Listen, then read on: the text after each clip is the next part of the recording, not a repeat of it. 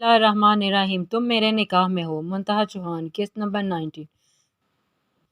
ابھی تھوڑی دیر پہلے ہی اس کی آنکھ لگی تھی کہ موبائل کی چنگھاڑتی آواز نے اس کی نیند میں خلل ڈالا۔ اٹھتے ہوئے موبائل پہ کال چیک کی، سادی کی کال تھی۔ اٹھتے ہوئے کال پک کی۔ ٹھیک ہے، میں پہنچتا ہوں۔ پوری بات سنتے ہوئے کال بند کرتا کنپٹی کو دباتا سوچنے لگا۔ دیجے کو منع بھی کیا تھا خان ولا نہ جائیں، خانم جیسی عورت کے منہ نہ لگیں، لیکن کمفرٹ پیچھے کرتا ہٹاتا وہ موبائل پہ ٹائم دیکھتا واش روم کی جانب بڑھا۔ جب باہر نکلا تو مندی مندی آنکھوں سے دیکھتی ہی کمل پہ نظر گئی، لیکن اسے نظر انداز کرتا ڈریسنگ روم میں چلا گیا۔ کمل اٹھ بیٹھی، منہ پہ 12 بجے ہوئے تھے۔ آپ کو نہ دن کو سکون ہے نہ رات کو چین ہے۔ آفتاب کو آئینے کے سامنے کھڑا ہوتے منہ بگاڑ کے طنز کیا۔ وہ جو کف کے بٹن بند کر رہا تھا اس کی بات پہ چونکا، پیچھے پلٹا اور موبائل اٹھایا۔ اس سے پہلے کہ تمہارا بھی دن کا سکون اور رات کا چین غارت کروں تو چپ رہو، مانی خیزی سے کہتا وہ گھڑی کلائی پہ پہنتا دھیمے انداز میں بولا۔ اس کی بات پر کمل نے ماتھے پہ بل ڈالے اسے دیکھا۔ خود تو جب چی کرے باہر نکل جاتے ہیں، دن کو بھی رات کو بھی، مجھے کیوں قید کیا ہوا ہے؟ منہ بنا کے کہا۔ ابھی تو قید کرنا ہے۔ ابھی سے پھڑپھڑانے لگی۔ کیا مطلب؟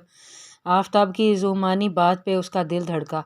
اب اس وقت مطلب سمجھانے بیٹھ گیا تو صبح ہو جانی ہے، پھر کبھی مطلب سمجھاؤں گا، وہ بھی فرصت سے، کہ دوبارہ کوئی گلا شکوہ نہیں رہے گا۔ اتنی بے باک باتوں پہ کمل کے گال دہک اٹھے۔ میں دل میں اسے بے شرم کہتی واپس لیٹتی کمفر منہ تک اوڑھ لیا۔ آفتاب کے چہرے پر دھیمی سی مسکان چھا گئی۔ اس وقت اس کا جانا ضروری تھا، اس لیے موبائل لیتا وہ نکلتا چلا گیا۔ کمل نے اٹھ کے ونڈو سے باہر دیکھا، جہاں بارش کا زور تو ٹوٹ گیا تھا لیکن ابھی بھی جاری تھا۔ آفتاب گاڑی میں بیٹھتا جا چکا تھا، لیکن اپنے روم کی ونڈو میں موجود اس کا سایہ وہ دیکھ چکا تھا۔ مجھے پہلے ہی اندازہ کر لینا چاہیے تھا اس سب کے پیچھے آپ کا ہاتھ ہے، خانم غصے سے پھنکاری۔ آپ یہاں سے جا چکی ہیں تو ہمارا پیچھا چھوڑ کیوں نہیں دیتی؟ خانم کے پھنکارنے پر شامی کا میٹر گھوما۔ اپنے الفاظ اور انداز پہ قابو رکھیے، آج وہی سب ہو رہا ہے جو آپ نے بویا تھا۔ تم منہ بند رکھو اپنا، اور کون ہوتے ہو تم؟ خانم نے دانت پیستے ہوئے کہا۔ میری دیجے کے ساتھ اپنی ٹون کو درست رکھیں۔ شامی نے خانم کی بات نظر انداز کرتے اپنی کہی۔ آپ جو بات کرنی ہے مجھ سے کریں، اپنے ہر عمل کا میں خود ذمہ دار ہوں۔ ان کے درمیان دیوار کی طرح حائل ہوتا وہ خانم کو مزید سلگا گیا۔ اپنی ماں کو سب کے سامنے نیچا دکھا کے آج بہت سکون آ گیا ہوگا، ہے نا؟ چھوٹے خان ایموشنل کیا۔ شامیر خان زادہ، چھوٹے خان کہنے کا حق آپ کھو چکی ہیں۔ شامیر نے ان کو باور کروایا۔ بیٹا آپ کا ہاتھ دیجے کی اچانک نظر شامیر کے ہاتھ پہ گئی، جہاں اب خون بہنا تو بند ہو گیا تھا لیکن زخم واضح تھا۔ دیجے، شامیر ان کی جانب مڑا، ان کی آنکھوں میں آنسو تھے۔ نہ میرے بچے، رونا نہیں، میرا خان کمزور نہیں۔ دیجے نے ہاتھ کے پیالے میں شامیر کا چہرہ لیتے اس کا ہاتھ چوما۔ ان کی آنکھیں بھی نم تھی۔ مجھے معاف کر دے، میں نابیہ کو درد سے کہتے ہوئے شامی کی جانب ایک نظر دیکھا جس نے نظریں پھیر لی تھیں۔ ہمیں سب پتہ ہے بیٹا، اور یہ بھی جانتی تھی یہ خانم دولت جائیداد کے لیے کچھ بھی کر سکتی ہے، اپنی اولاد کو بھی نہ بخشا۔ نفرت سے خانم کو ایک نظر دیکھا۔ میرے بیٹے کو میرے خلاف کر کے آپ نے اچھا بدلہ لیا ہے مجھ سے۔ خانم نے اپنے اندر کا غبار اپنے لہجے کی کڑواہٹ میں اتارا۔ بے فکر رہو خانم، تم جتنا گر چکی ہو اتنا کوئی نہیں گر سکتا، کہتے ہوئے ساتھ ایک نظر اپنے بیٹے ارباز کی طرف دیکھا، جو ماں کی بات کا مطلب اچھے سے سمجھ گئے تھے۔ آپ کا یہاں آنا اس بات کی دلیل ہے کہ سب کچھ کیا دھرا آپ کا ہے، اور اس کے لیے میں آپ کو کہتے ہوئے جارحانہ انداز میں آگے بڑھی کہ شاباش ہی جگہ سے آگے بڑھنے لگا۔ اسی لمحے پھر سے شامیر نے ان کی طرف دیکھا۔ بس کر دیں، کیوں کر رہی ہیں آپ یہ سب؟ مجھے تو یقین ہی نہیں ہوتا کہ میں آپ کا بیٹا ہوں۔ شامیر کا دکھی اور روندہ لہجہ سب کو چونکا گیا۔ میری بیٹی کو برباد کر دیا اس شخص نے، اب کیا ہوگا میری بچی کا؟ سامیہ پھپھو نے راگ الاپا۔ شامیر نے گردن ترچھی کر کے ایک نظر دیکھا اور واپس ماں کی جانب دیکھا۔ یہ گناہ بھی آپ کے کھاتے میں ہی آیا ہے، آپ نے آج ثابت کر دیا کہ آپ میری ماں نہیں۔ کہتے ہوئے شامیر کا دل بہت سخت دکھا، لیکن وہ کہہ چکا تھا۔ ہاں بیٹا، صحیح کہا، اولاد جب باپ جیسی ہو تو ماں باپ برے ہی ہوتے ہیں۔ خانم نے بھی پھنکارتے ہوئے کہا۔ اولاد ماں باپ کا عکس ہوتی ہے، اور ماں باپ جو ان کو دکھائیں گے وہی ویسا ہی بنیں گے۔ اپنا آپ ٹھکرانے کی ضرورت ہے، ٹھیک کرنے کی ضرورت ہے۔ آفتاب نے آتے ہوئے آخری الفاظ سنے تھے، اس لیے بیچ میں بول پڑا۔ آؤ تمہاری کسر تھی۔ ارباز خان نے دانت پیسے۔ دیجے آپ ٹھیک ہیں؟ آفتاب نے ان کی بات کو نظر انداز کرتے دیجے سے پیار سے پوچھا تو انہوں نے ثابت میں سارے لاتے شامیر کی جانب اشارہ کیا۔ بہت مان ہے نا تمہیں ان رشتوں پہ، تو چلے جاؤ یہاں سے ان کے ساتھ جو میری خانم کیا آنکھوں میں آنسو آئے دے اور یہاں نہیں رہ سکتا۔ ارباز خان نے للکارا، یہ خان ولا میرے خان کے نام پہ ہے، تم کیا کوئی بھی میرے خان کو یہاں سے نہیں نکال سکتا؟ دیجے کی بھی کڑکتی آواز میں بولی۔ آفتاب نے معاملے کی نزاکت کو خراب ہوتے دیکھ کر شامیر کی طرف قدم بڑھائے۔ شامیر چلو یہاں سے۔ آفتاب نے اس کے کندھے پہ ہاتھ رکھتے اپنے ہونے کا مان بخشا۔ نہیں ایسے نہیں جا سکتا۔ درد بھرا لہجہ تھا اس کا۔ قدم دھیرے دھیرے خانم کی جانب بڑھائے۔ میں ہار گیا اپنے بیٹے کے ہونے پہ۔ آپ ماں ہے میری، اور ایک بیٹا سب سے لڑ سکتا ہے لیکن اپنی ماں کے سامنے نہیں کھڑا ہو سکتا۔ گھٹنوں کے بل وہ زمین پہ بیٹھ گیا۔ خانم نے منہ پھیر لیا۔ میں آج ابھی اسی وقت یہ خان ولا آپ کے نام کرتا ہوں، آپ سب کچھ آپ کو دیتا ہوں، مجھے یہ دولت یہ جائیداد کچھ نہیں چاہیے، بس مجھے میری ماں لا دیں۔ شامیر نے ان کے آگے ہاتھ جوڑ دیے۔ خانم نے اپنی آنکھیں سختی سے میچیں۔ ان کا اکلوتا لخت جگر اور ایسی حالت، اور اندر سے تو تڑپ ہی رہی تھی لیکن نہ تھی کہ بھاری پڑتی جا رہی تھی۔ آپ نے جو عروج کے ساتھ کیا وہ میں آپ کو کبھی معاف نہیں کر سکتی شامیر خانزادہ، میری نظروں سے دور ہو جائیں۔ کہتے ساتھ وہ پلٹ گئی تھی۔ شامیر نے آنکھیں بند کرتے اپنے آنسو اپنے اندر اتارے۔ آفتاب نے آگے بڑھ کے شامیر کو اٹھایا۔ یہ وہ در ہے شامیر جہاں سے اپنے رشتے سب خالی ہاتھ ہی جاتے ہیں، بس پیسے کی زبان سمجھتے ہیں یہ۔ آفتاب کے لہجے میں درد تھا۔ میں پھر بھی انہیں چھوڑ نہیں سکتا، جیسے بھی ہیں میرے ماں باپ ہیں، مجھے جان سے مار دیں مجھے پرواہ نہیں۔ تو ایک بات میری بھی سن لیں آپ چھوٹے خان۔ خانم شامیر کی طرف مڑی۔ اگر آپ نے یہاں رہنا ہے تو انابیہ سے ہر رشتہ توڑنا ہوگا۔ ایسی شرط پہ شامیر نے ایک نظر ماں کو دیکھا۔ سب کی نظریں شامیر پر جا ٹکیں اور پل میں فیصلہ ہوا۔ شامیر خانزادہ مر سکتا ہے، جان دے سکتا ہے، لیکن انابیہ کو چھوڑ نہیں سکتا۔ آپ کا یہ محل، یہ شان و شوکت آپ کو مبارک، اور میرا چند سالوں کا عشق۔ ایک نظر باپ کو دیکھتے انہی کے الفاظ انہی کو لٹائے اور دیجے کی جانب بڑھتا ان کا ہاتھ تھامے خان ولا سے باہر نکلتا چلا گیا۔ شامیر بھی ان کے ساتھ ہی نکلا، جبکہ آفتاب تبسم بیگم کی جانب مڑا جن کی آنکھیں نم تھیں۔ عباد خان نے ایک نظر آفتاب پہ ڈالی اور سر جھٹکتے اپنے روم کی جانب بڑھ گئے۔ آفتاب نے تبسم بیگم کے ہاتھ چومے تو آسودہ سی مسکرا دیں۔ دیجے اور شامیر کا خیال رکھنا بیٹا، پیار سے گال کو چھوتے مان سے کہا۔ یہ بھی کوئی کہنے کی بات ہے، آپ اپنا خیال رکھیے گا۔ اور دوبارہ سے ماں کے ہاتھوں پہ بوسہ دیتا بنا ایک نظر پیچھے ان وقت کے فرعونوں کو دیکھتے باہر نکلتا چلا گیا۔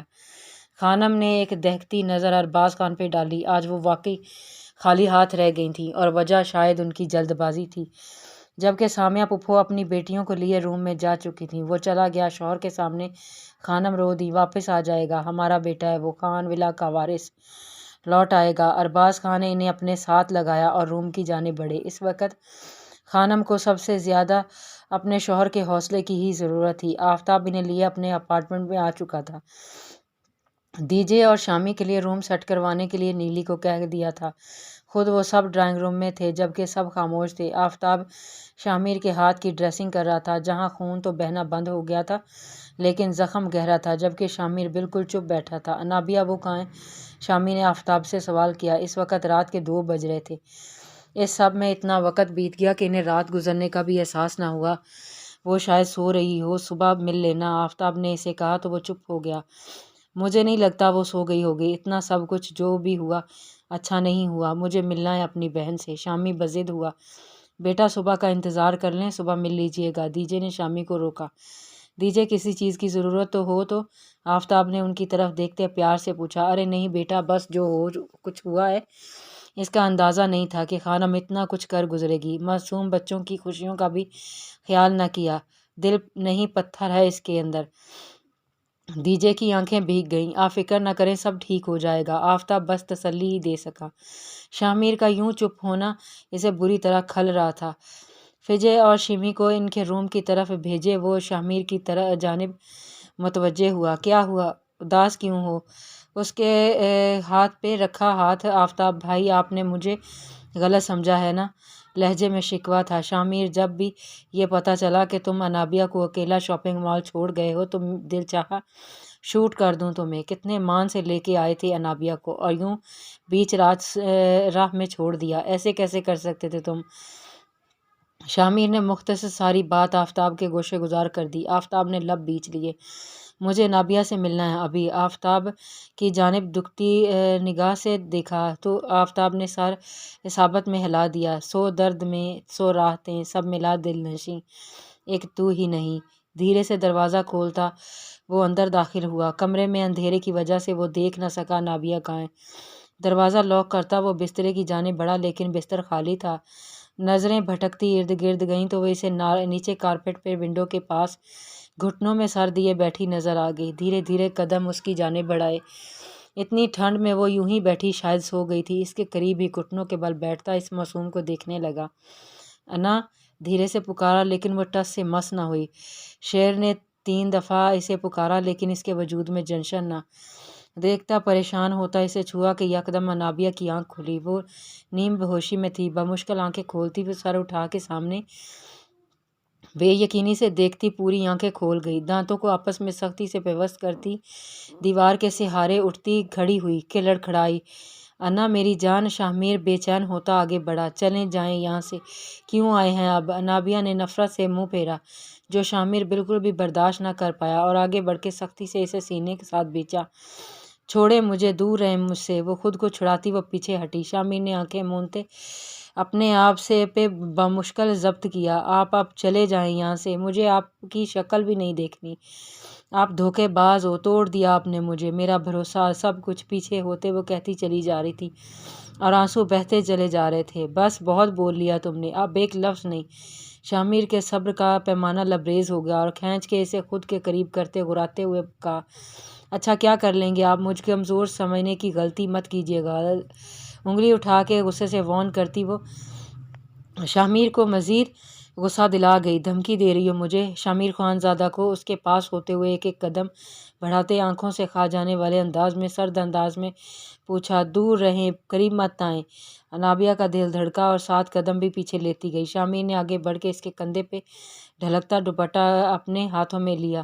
انابیہ نے بری طرح جھرجھری اپنا دوپٹہ کھینچنا چاہا، جسے بہت آرام سے وہ اپنے ہاتھ میں لپیٹ رہا تھا، جبکہ اس کے چہرے پہ انتہا کا غصہ تھا۔ آپ چھوڑیں اسے۔ انابیہ نے دوپٹہ کھینچا، جبکہ آنسو ایک بار پھر بہنے لگے۔ شامیر نے اس کے رونے کی پرواہ کیے بغیر اسے اپنی طرف کھینچا اور اس کے آنسو اپنے لبوں سے چومنے لگا، جبکہ انابیہ کا پورا وجود لرز رہا تھا، جس پہ شامیر نے آنکھیں موندتے اس کے ماتھے پہ بہت مان سے بوسہ دیا۔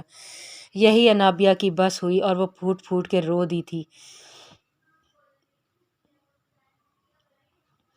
شامیر بھی پریشان ہو گیا۔ اس دل میں بہت درد ہے شامیر، نہیں کم ہو رہا، کیا کروں؟ وہ روئی جا رہی تھی۔